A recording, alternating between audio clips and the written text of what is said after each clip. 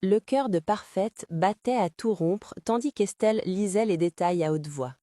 Blaise était connu pour s'attaquer aux jeunes femmes, leur promettant l'amour, des cadeaux et une vie meilleure. Il recueillait des informations personnelles, des photos intimes, et les utilisait pour contrôler ou faire chanter ses victimes. Certaines femmes ont perdu leur emploi, d'autres se sont cachées. Un miroir. La dernière n'est jamais réapparue. « Il est dangereux, Parfaite », dit Estelle doucement. « Nous devons signaler cela. » Ce que Parfaite ignorait, c'est qu'Estelle la soupçonnait déjà. Une semaine plus tôt, il avait secrètement installé une minuscule caméra cachée et un enregistreur audio dans son appartement, dissimulé dans le détecteur de fumée et sa lampe de chevet.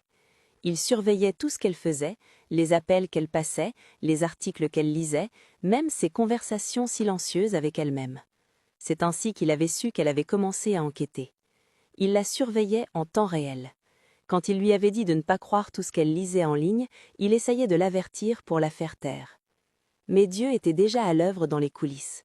La cousine d'Estelle, Shilma, avait accepté de la rencontrer en privé dans le petit café où elle s'était déjà retrouvée. Parfaite lui avait montré tous les messages, les notes vocales et les captures d'écran qu'elle avait. Le visage de Shima s'assombrissait à chaque détail.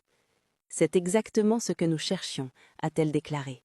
« Tu n'es pas sa première victime, mais si tu es assez courageuse, tu peux être la dernière. » La journaliste a commencé à enquêter. Elle a retracé les sociétés écrans de Blaise, ses faux investissements et ses lignes téléphoniques secrètes reliées à d'autres femmes à Paris et à Lille.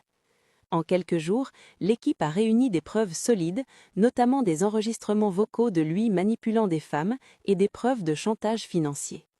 Finalement, une opération d'infiltration a été organisée avec la coopération de la police. Un vendredi soir, lorsque Blaise est arrivé à l'appartement de Parfaite pour régler les choses, il a été accueilli par des agents en civil qui l'attendaient dans le salon. « Monsieur Blaise Godaro, vous êtes en état d'arrestation pour fraude, coercition et obstruction à la justice », a annoncé un agent. Blaise est devenu livide. « Venez voir ce qui se passe. » Mais elle resta là, calme, sereine, enfin libre. « C'est moi qui y mets fin », dit-elle doucement. Alors qu'on l'emmenait, Blaise se tourna vers elle une dernière fois. « Vous le regretterez. » Elle ne sia même pas. Quelques semaines plus tard, l'affaire fut révélée dans les médias nationaux.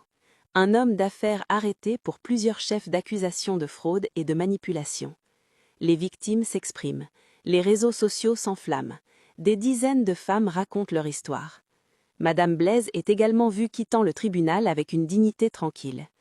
Elle ne s'adresse pas à la presse, mais on peut lire le soulagement dans ses yeux. Parfaite apprend plus tard toute la vérité. C'est ainsi que Blaise opérait. Il faisait tomber ses victimes amoureuses de lui, les comblant d'affection et de fausses promesses. Une fois qu'elles étaient émotionnellement piégées, il commençait à les manipuler et à les faire chanter, les menaçant de divulguer leurs photos ou de révéler leurs secrets.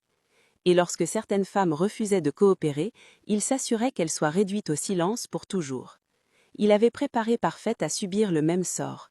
Mais Dieu est intervenu par l'intermédiaire de sa propre femme, qui en avait assez de ses agissements malveillants pour le dénoncer et sauver la vie de Parfaite avant qu'il ne soit trop tard. Un soir, Parfaite était assise dans son salon, fixant le même endroit où Blaise avait l'habitude de s'asseoir. Tout était calme maintenant, douloureusement calme, mais paisible. Estelle la rejoignit avec un sourire. « Tu as fait ce qu'il fallait, ma fille. » Parfaite acquiesça lentement. J'ai failli me perdre en aimant un homme qui n'avait jamais été à moi. Elles sourirent toutes deux faiblement. Quelques mois plus tard, Parfaite lança un podcast intitulé Kiss Not Pieces, dans lequel elle racontait son histoire et invitait d'autres femmes à partager la leur.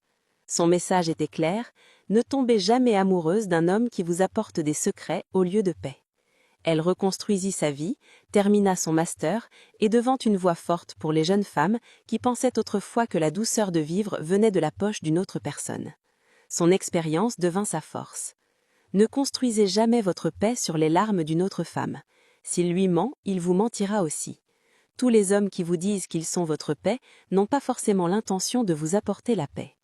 Quand l'amour s'accompagne de trop de secrets, ce n'est plus de l'amour, c'est du danger. Tout amour qui doit être caché est déjà condamné. Les promesses d'un homme marié sont comme de la fumée, elles disparaissent dès que vous essayez de les retenir. La luxure peut se déguiser en amour, mais la vérité la démasque toujours. Ne laissez pas le confort vous aveugler sur le caractère. Aucune femme ne gagne quand une autre femme pleure. Un homme qui ne respecte pas ses vœux ne vous respectera jamais non plus. Parfois Dieu expose la douleur pour empêcher la mort. Faites attention aux avertissements. Quand le diable veut détruire une femme, il envoie souvent d'abord un homme charmant. Merci d'avoir regardé.